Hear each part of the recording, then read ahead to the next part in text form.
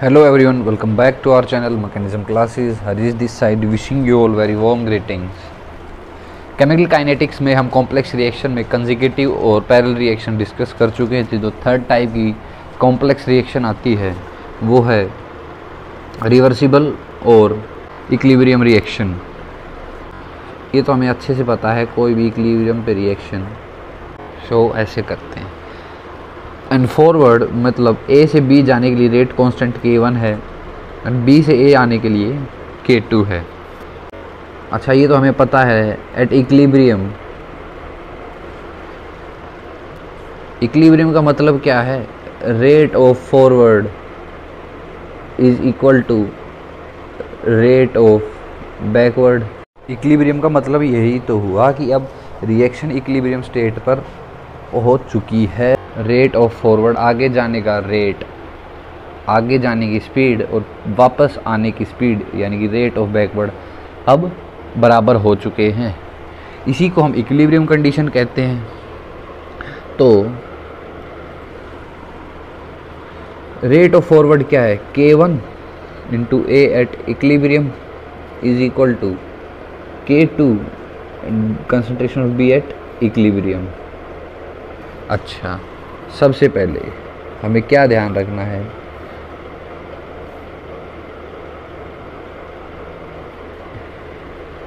कि हमें टाइम के रिस्पेक्ट में रिएक्शन को समझना आना चाहिए। At t is equal to 0 A naught, equilibrium बेशक से हो टाइम 0 पे तो ए नोट ही रहेगी, रिएक्शन तो शुरू होगी नहीं, बी फॉर्म नहीं हुआ है। At time t is equal to t, कुछ देर बाद, कुछ समय बाद ए नोट में से x घटेगा और x फॉर्म होगा b में, कोई दिक्कत नहीं आता। At t is equal to T E मतलब टाइम इक्विलिब्रियम, वो समय जब रिएक्शन इक्विलिब्रियम अटेन कर चुकी है, वहाँ पर ए नोट माइनस एक्स ई और x ही फॉर्म होगा। ई बोले तो इक्विलिब्रियम। मैं ये कह दूँ, देखो यहाँ पर B की कंसंट्रेशन क्या होगी इक्विलिब्रियम पर? एक्स ई, भाई यही तो ये दिखा रहा है टाइम t इक्विलिब्रियम पे, एक्स ही तो होगी। इतनी बात ध्यान रखनी है हमें। अच्छा, फिर वापस आते हैं अपनी पिछली बात पर। क्या था? K1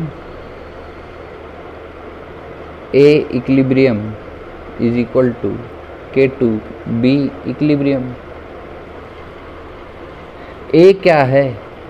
A naught minus x e. At equilibrium क्या है? A naught minus x e. तो K1 क्या आ गया? A naught minus x e is equal to K2 B at equilibrium x e. ये रहा। K1 सिंपली अंदर मल्टीप्लाई कर दो,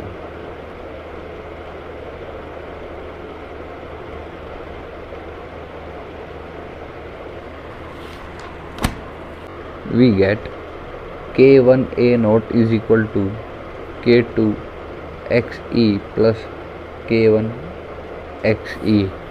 तो K1 A naught is equal to XE K2 plus K1 XE is equal to K1 A naught upon K2 plus K1 XE मतलब concentration of B at equilibrium भी आ गई। एक्स यूज हुई तो माना था हमने। Therefore B equilibrium is equal to K1 A naught upon K2 plus K1 and concentration of A at equilibrium is equal to A naught minus XE, जो हम लिखते आ रहे हैं, and XE ये रही।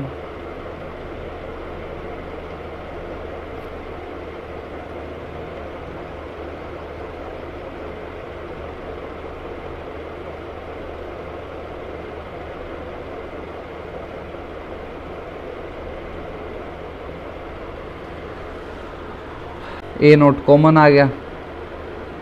Therefore A is equal to A naught into 1 minus K1 upon K2 plus K1। Concentration of A at equilibrium, concentration of B at equilibrium दोनों आ चुकी है। यही हमें फाइंड आउट करना था, किसमें? रिवर्सिबल और इक्विलिब्रियम रिएक्शन में, जो है एक कॉम्प्लेक्स रिएक्शन का टाइप। ये कॉम्प्लेक्स रिएक्शन 3 टाइप की थी फर्स्ट ऑर्डर के लिए जो हम डिस्कस कर रहे थे, ये हमने तीनों डिस्कस कर ली है। The next topic is the shortcut method, और ये काफ़ी इम्पोर्टेंट भी है, which is SSA, means study state approximation. क्या काम है स्टडी स्टेट अप्रोक्सीमेशन का? पहली बात, it is use to calculate rate of complex reaction.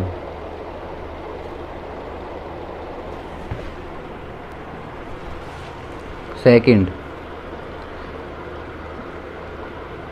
क्या ध्यान रखना है SSA में हमें? Eliminate intermediate using SSA। सबसे पहले SSA काम आता है rate of complex reaction find out करने में। दूसरी बात क्या याद रखनी है? एलिमिनेट इंटरमीडिएट, इंटरमीडिएट को एलिमिनेट कर देना है। पॉइंट याद रखो, हम समझ लेंगे सारी चीज़ें। और दूसरा, assume concentration of B constant. Example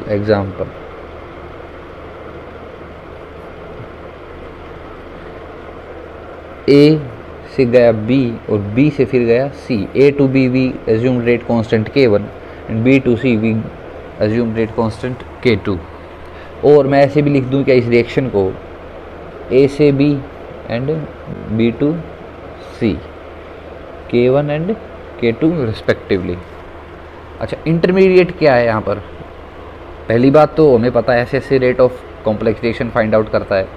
दूसरी बात, एलिमिनेट इंटरमीडिएट, इंटरमीडिएट हमें पता होना चाहिए एलिमिनेट करने के लिए। ये रहा B हमारा इंटरमीडिएट, ठीक है। B के रेस्पेक्ट में ROR क्या होगा? अब ध्यान देना, प्रोसेस शुरू होती है, SSA कैसे काम करता है। ROR में लिख दूं क्या? K2B, K2 ये रहा। इस प्रोसेस के लिए हमें ROR निकालना है, दैट इज़ K2B, ठीक है। इसको हमने एज्यूम कर लिया equation first. According to SSA assume concentration of B is equal to constant. Constant का मतलब dB upon change of concentration of B with respect to time 0 हो जाएगी। Now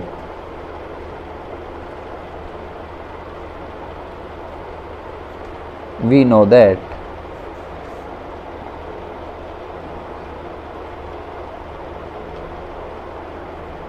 for reaction A to B with rate constant K1, dB upon dt is equal to K1 of A।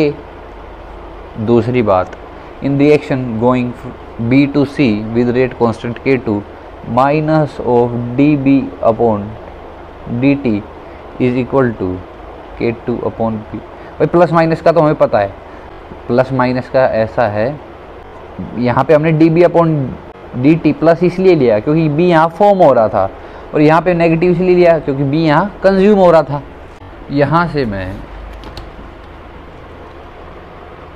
dB upon dt K1 into A minus K2 into B लिख सकता हूँ।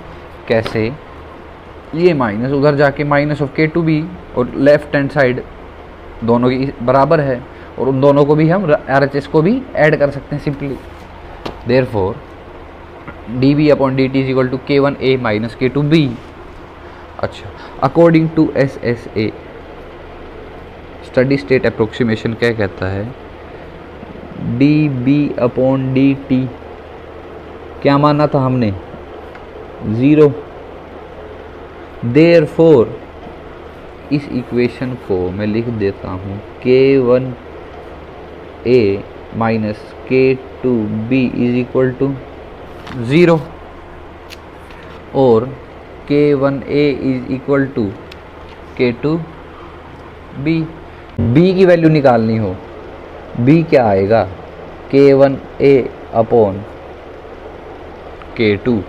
इसको हमने equation second assume कर लिया from equation first and second. First क्या थी? ROR is equal to K2B, and second equation क्या है, कंसंट्रेशन ऑफ बी। तो सिंपली बी को हमें सेकंड इक्वेशन को जिसमें बी की वैल्यू हमने निकाली है उसको हमें फर्स्ट इक्वेशन में पुट कर देना है। देयरफॉर आर ओ आर क्या था फर्स्ट इक्वेशन के according, K two B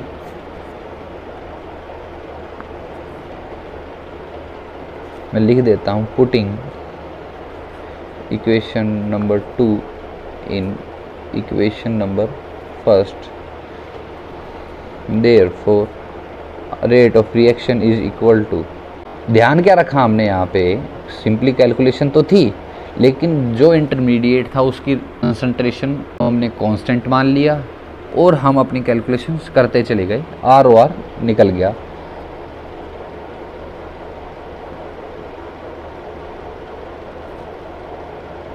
K2 से K2 cancel and R O R कितना आया जो हमें पता है, K1 इंटू ए।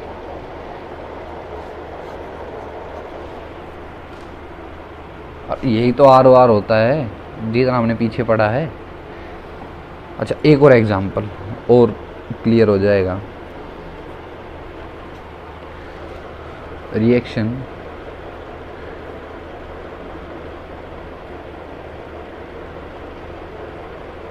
ए से बी इक्विलिब्रियम में है, forward K1 backward K2 and B to C we assume rate K3। और ऐसे भी लिख सकता हूँ,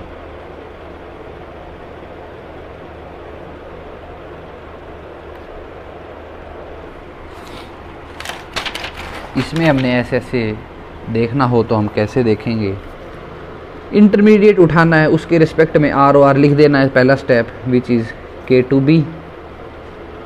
आर ओ आर आ गया किसके रिस्पेक्ट में, B के रिस्पेक्ट में जो एक इंटरमीडिएट है, कितना आया K2B।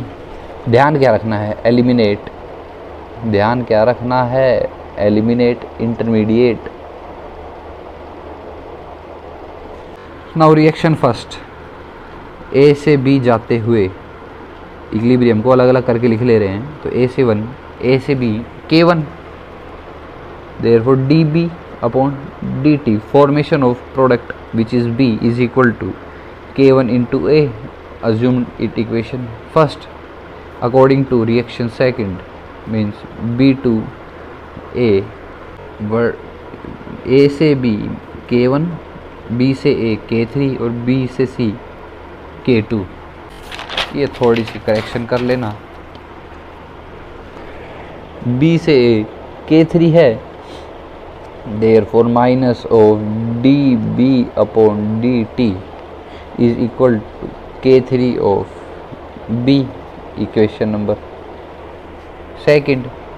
B से C चलते हैं, minus of dB upon dt is equal to K2 of B, equation number third. Overall LHS को ऐड कर दो, RHS को ऐड कर दो, माइनस को उधर भेज दो, जितने भी माइनस है एक साइड कर लो और LHS और RHS को ऐड कर दो। तो मैं लिख दूँ dB upon dt is equal to K1A minus K3B minus K2B, कोई शक, एंड वी एज्यूम्ड इट 0 क्योंकि dB अपॉन dt 0 होगा, और वो होगा इसलिए क्योंकि B की कंसंट्रेशन हमने कांस्टेंट मानी है। Therefore K1A minus K3B minus K2B is equal to 0। निकालनी क्या है हमने, B की कंसंट्रेशन, तो B वालों को एक साइड, बाकी सब एक side.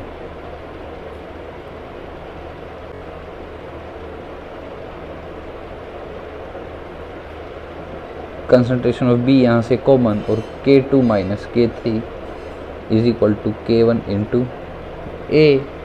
Therefore at last we got B is equal to K1A upon, अच्छा ये दोनों माइनस थे ना, उधर जाके प्लस हो जाएंगे, या माइनस नहीं रहेगा, ये प्लस है, upon K2 plus K3।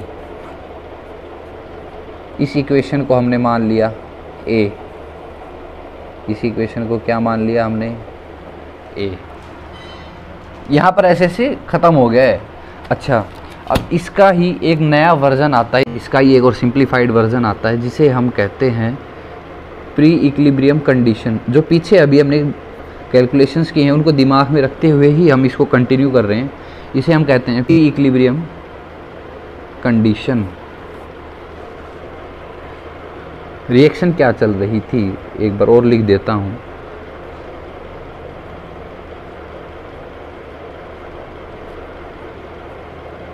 Pre equilibrium condition क्या कहती है, इसके अकॉर्डिंग जो इक्विलिब्रियम में जो रिएक्शन है उसमें हमने क्या एज्यूम करना है, K3 is larger than K2।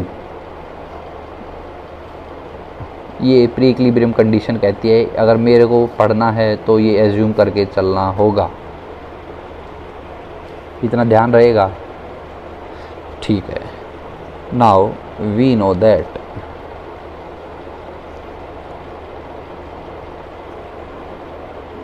K equilibrium is equal to K forward upon K backward. K equilibrium में ऐसे ही तो निकालूंगा, फॉरवर्ड अपॉन बैकवर्ड, वही K इक्विलिब्रियम आएगा। अच्छा, और KF अपॉन KB को मैं ऐसे लिख सकता हूँ B upon A, concentration of B upon concentration of A। कैसे लिख सकता हूँ, देखो ROR में जो कैलकुलेशंस होती हैं वही, उसमें से हमने K को सेपरेट करके लिख लिया, दोनों का, उन दोनों का रेशियो ले लिया, और ROR से ROR कैंसिल हो जाएगा। और फॉरवर्ड क्या था, B का फॉर्मेशन तो B ऊपर, बैकवर्ड क्या था, A का फॉर्मेशन तो A नीचे। We assume it equation number second. अब ROR that is from slow step. Pre equilibrium condition कहती थी K3 is very larger than K2। इसका मतलब K2 इतना छोटा है कि वो इतना स्लो स्टेप बना दे रहा है B टू C को। तो ROR स्लो स्टेप के अकॉर्डिंग ही कैलकुलेट होता है, ये हमें बहुत अच्छे से मालूम है। Therefore ROR is equal to K2 into B। कैसे भाई, B से C हमने K2 एज्यूम किया था और इसके अकॉर्डिंग ROR होगा, क्योंकि ये स्लो स्टेप है तो K2B आएगा। From equation first and second, इसको हमने इक्वेशन फर्स्ट मान लेना है। From equation first and second ROR is equal to B की कंसंट्रेशन यहाँ से निकालेंगे A को ऊपर ले जाकर, तो K2 into KF into A concentration upon KB। Simple है यहाँ तक। प्री इक्विलिब्रियम कंडीशन कहती थी K3 very larger than K2, और K इक्विलिब्रियम में पता है K forward upon K backward होता है। वहाँ से K forward upon K backward is equal to concentration of B upon concentration of A आ गया। रेट स्लो स्टेप के अकॉर्डिंग कैलकुलेट करते चले गए, और ROR is equal to K2 dot KF dot concentration of A upon KB। और KF upon KB K1 और K2 की टर्म्स में लिख सकता हूँ K2 डॉट KF, मतलब KF बोले तो K1 अपॉन KB कितना था, K3। This is our equation number B, assuming it equation number B। अच्छा, अब देखो इक्वेशन नंबर A SSA के अकॉर्डिंग इक्वेशन नंबर A क्या थी, concentration of B is equal to K1 dot A upon K2 plus 3। देखो एक जगह पे इनको लिख लेते हैं। B क्या आया था, K1 A upon K3 plus K2। एक स्टेप और चलेंगे यहाँ से, ROR with respect to B। क्या देखो ROR क्या था SSA में, K2 इंटू B, तो B की वैल्यू ये रही। सिंपली ROR निकालना है, क्योंकि यहाँ पर भी ROR आया है, तो इनको कंपेयर कैसे करेंगे। It's according to equation number A, ROR में लिख दूँ क्या, K2 into concentration of B की value K1 into A upon K3 plus K2। ये SSA के अकॉर्डिंग बात थी। अब प्री इक्विलिब्रियम कंडीशन के अकॉर्डिंग देखो, यहाँ पर ROR की वैल्यू है K2 dot A। ROR is equal to K2 dot A into K1 upon K3। ये ROR आ गया SSA के अकॉर्डिंग, ये ROR आ गया प्री इक्विलिब्रियम कंडीशन के अकॉर्डिंग।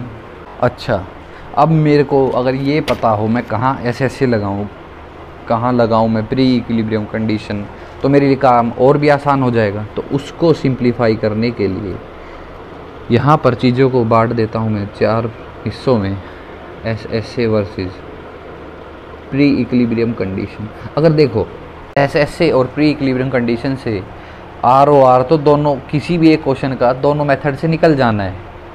बस फ़र्क ये होगा, एक मेथड बिल्कुल सटीक आंसर देगा, एक मेथड अप्रोक्स आंसर देगा। पहले समझते हैं कि कहाँ मैं SSA लगा दूँ, कहाँ मैं लगा दूँ प्री इक्विलिब्रियम कंडीशन। पहली बात,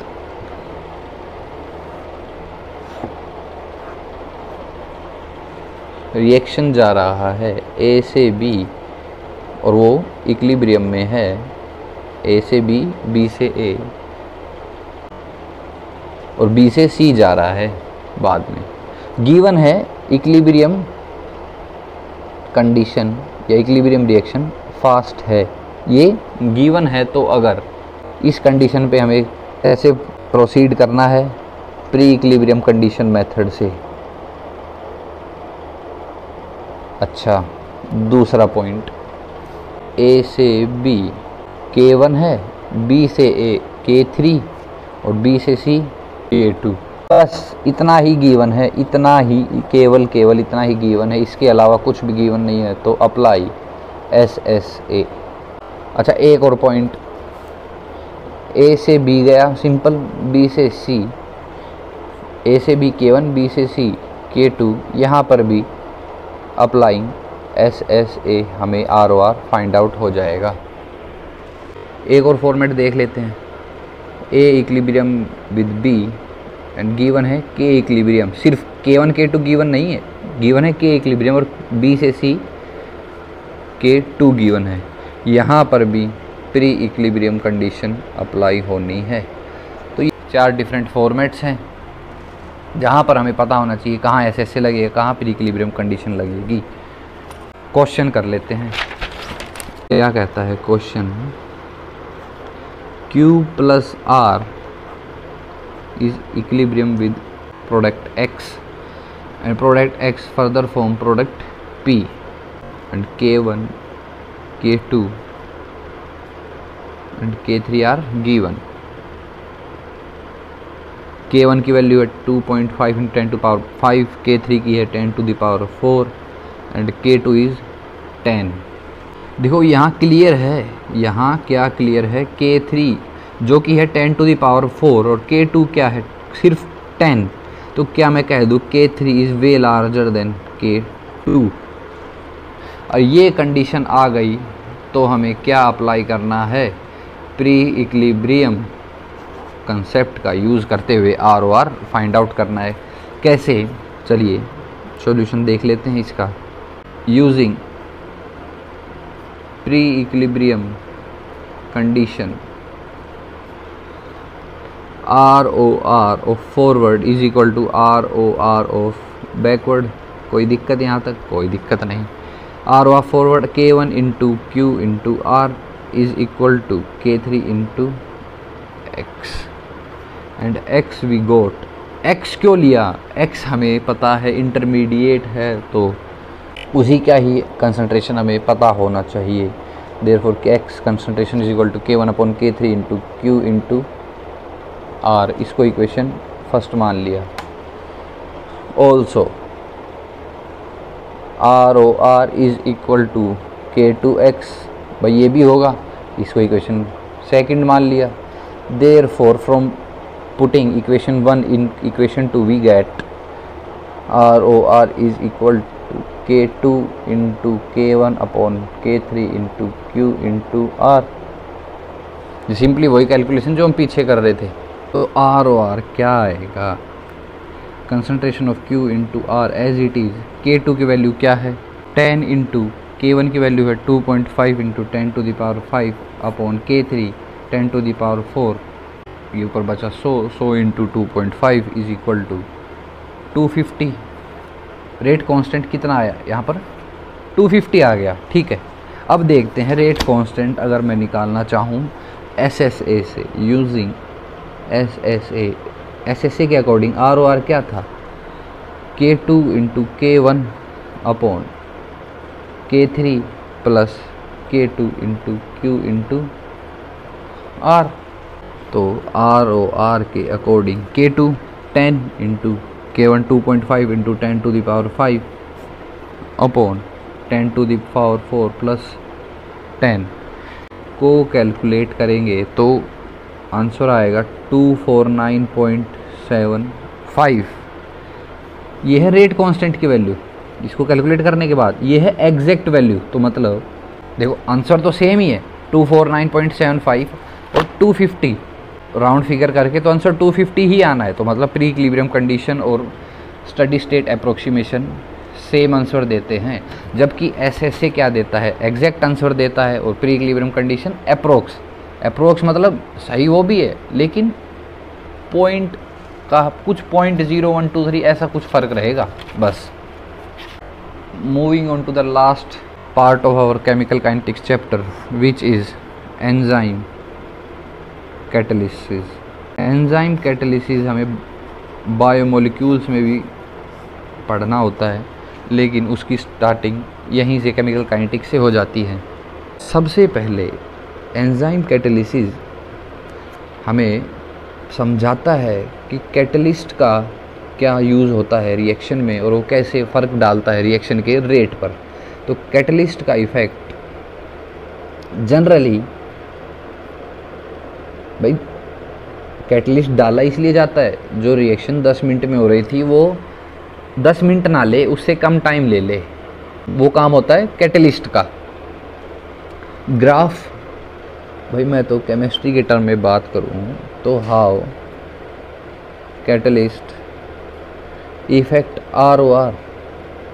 ग्राफ क्या कहता है इस बात को लेकर, ये reactant A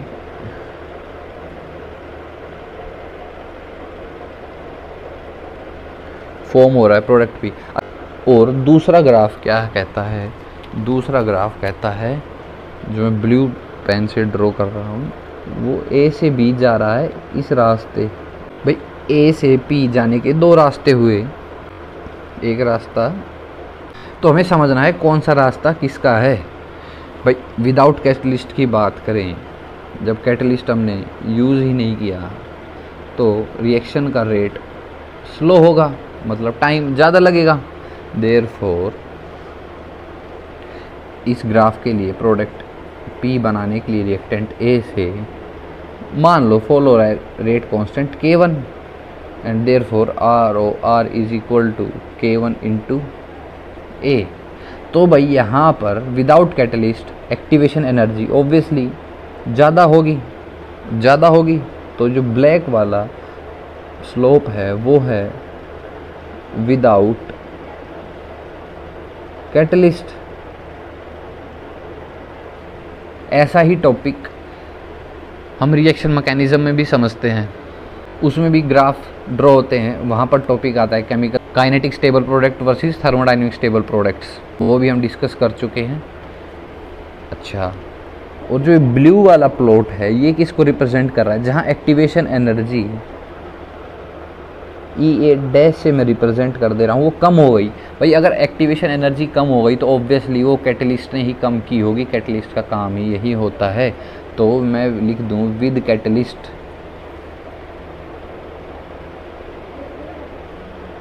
ROR is equal to K2A। और ये ग्राफ है पोटेंशियल एनर्जी वर्सेस रिएक्शन। भाई ये तो था कैटलिस्ट का काम, लेकिन हमें एंजाइम कैटालिसिस का स्टडी करना है तो उसके लिए मैं पहले डाल दूं विदाउट कैटलिस्ट हाउ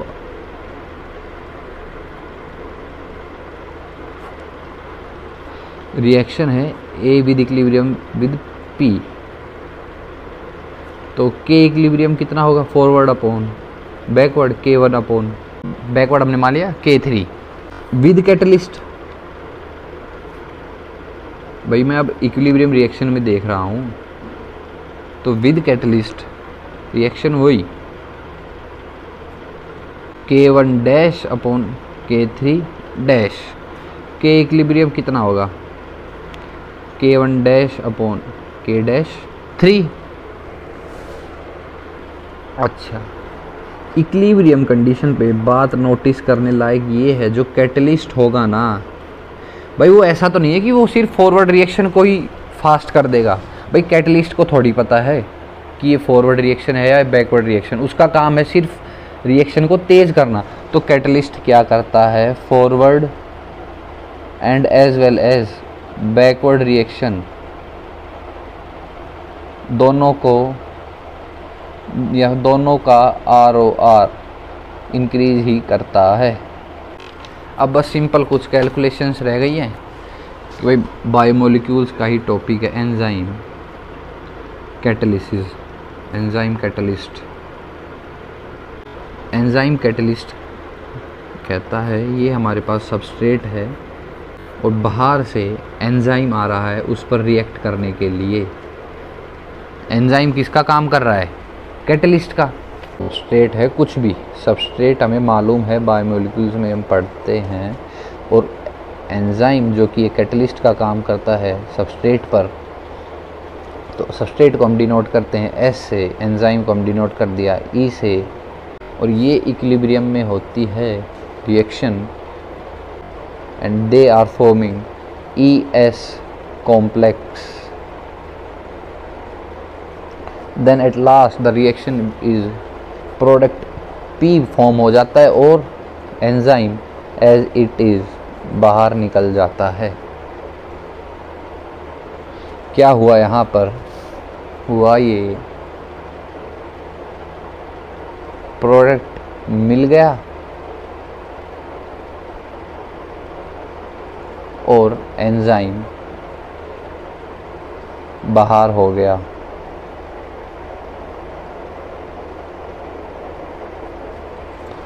ठीक है, अब आगे क्या आता है? आगे भाई ऐसे यहाँ पर भी अप्लाई होता है और उसके बाद कुछ ग्राफ आते हैं, तो वो हम नेक्स्ट लेक्चर में डिस्कस कर लेंगे। तो आज की लेक्चर में बस इतना ही।